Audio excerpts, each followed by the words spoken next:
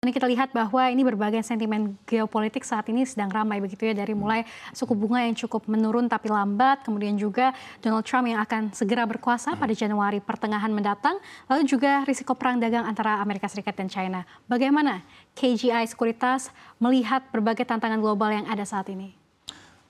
Ya, kita sih harus memantau pasar dengan cermat ya, karena memang perubahannya itu sangat cepat sekali dari satu keputusan lain yang berdampak kepada pasar gitu.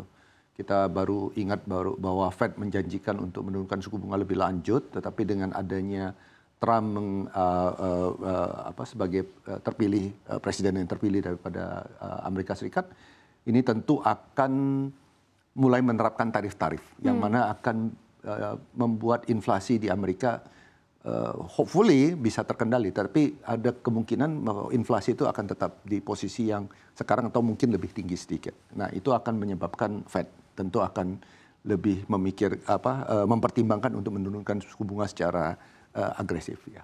Baik, dengan Anda tadi menimbang begitu ya bahwa dari proyeksi ini kan Amerika Serikat memang akan memberlakukan tarif-tarif impor begitu kepada negara-negara yang saat ini sudah disampaikan oleh Amerika Serikat. Ini kan menjadikan inflasi yang akan tetap stabil atau bisa jadi menurun. Nah, ini bagaimana kira-kira dampaknya dengan suku bunga Bank Indonesia nanti? Kita tahu bahwa pada kemarin suku bunga Indonesia ditahan di 6%.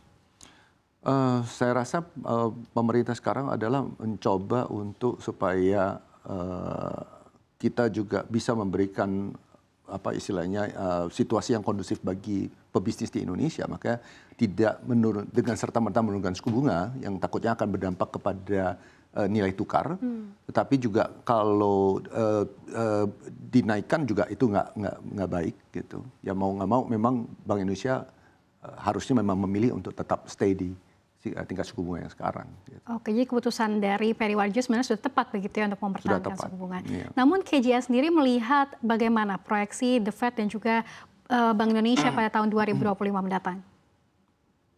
Seperti yang saya katakan tadi, menurut saya sih kemungkinan dengan tarif ini pasti inflasi di Amerika sih cukup berat untuk kalau misalnya Fed menurunkan suku bunga itu mungkin bukan merupakan opsi yang akan dipilih. Jadi kemungkinan slow down, dan memang Jerome Powell kemarin juga bilang tahun depan kemungkinan cuma 2 kali penurunan ya. Jadi kita udah melihat bahwa ke depan memang tantangannya ya Fed ini akan menjadi salah satu istilahnya faktor yang menyebabkan pasar kita akan tetap dalam posisi yang seperti saat ini gitu. Oke, berarti pelemahan masih terus bisa berlanjut? Pelemahan di pasar modal? Ya, ya benar. Pasar modal tanah air? Iya.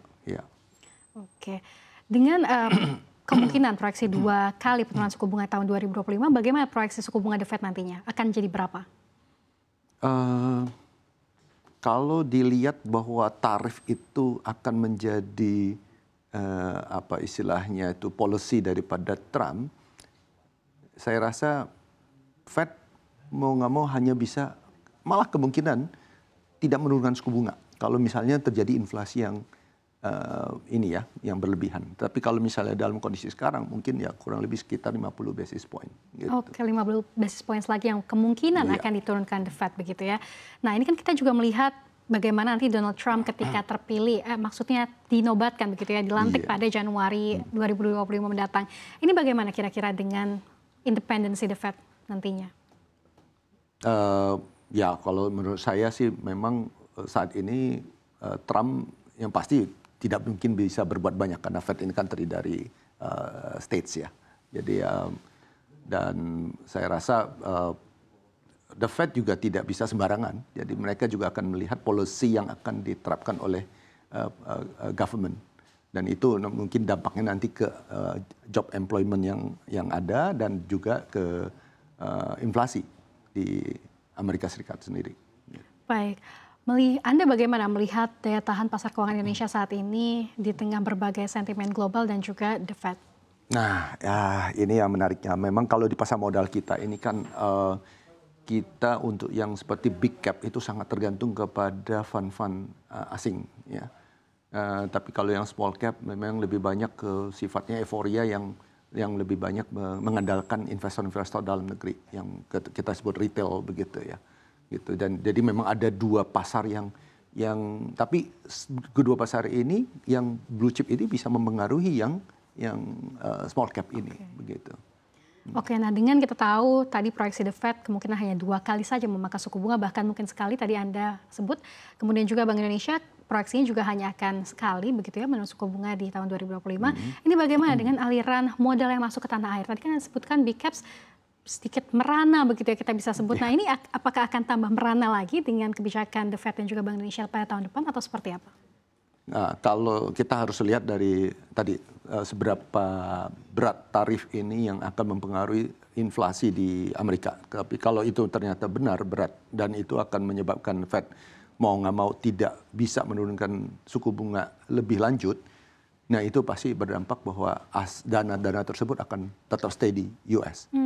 Dan mereka untuk berinvestasi di luar negeri sangat riskan karena ada potensi bahwa terjadi penurunan daripada nilai tukar itu sendiri, begitu. Oke, selain dari Indonesia, bagaimana dampaknya ke negara-negara emerging markets lainnya? China, they have to settle their own problem karena memang banyak internal issue yang mereka harus tanganin, terutama dari sektor properti, dan itu juga kita lihat bahwa pemerintah sekarang mencoba pemerintah China ya untuk memberikan stimulus-stimulus kepada ekonomi dalam negerinya mereka sendiri, gitu. Oke, China. Kalau kita lihat Vietnam begitu, sepertinya sekarang Vietnam lagi naik daun begitu. Ini yang kalau kita lihat dari situasi ya, kita lihat geopolitik secara internasional, faktor Fed dan kemudian faktor perang di Ukraina, kemudian di Timur Tengah. Yang problem utama lagi kita adalah kompetisi kita dengan negara tetangga. Saat ini yang sangat cantik itu adalah Vietnam dan kemudian diikuti oleh Thailand dan Malaysia. Malaysia ternyata mencoba untuk kembali menjadi negara yang memiliki daya tarik untuk industri-industri yang lebih sifatnya high tech.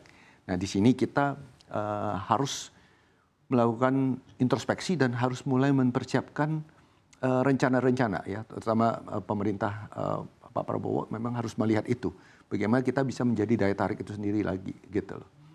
Baik, tapi kalau dari pasar keuangan sendiri, pasar keuangan Indonesia lebih menarik nggak dibandingkan dengan negara tetangga seperti tadi Vietnam, Malaysia, dan juga Thailand? Kalau Vietnam mungkin masih sifatnya sangat domestik sekali, ya, hampir mirip dengan kita. Tetapi yang cukup menjadi pilihan yang menarik bagi investor asing itu adalah Thailand, dengan jumlah penduduk yang cukup besar, gitu ya, menjadi daya tarik sendiri. Produktivitas yang tinggi, kemudian profitabilitas yang juga cukup tinggi di Thailand, gitu, itu menjadi daya tarik sendiri. Jadi kalau kita lihat, memang capital market di sana itu sangat berimbang antara retail dan institusi. Kalau di kita kan benar-benar terjadi semacam ada pengkotakan, gitu ya.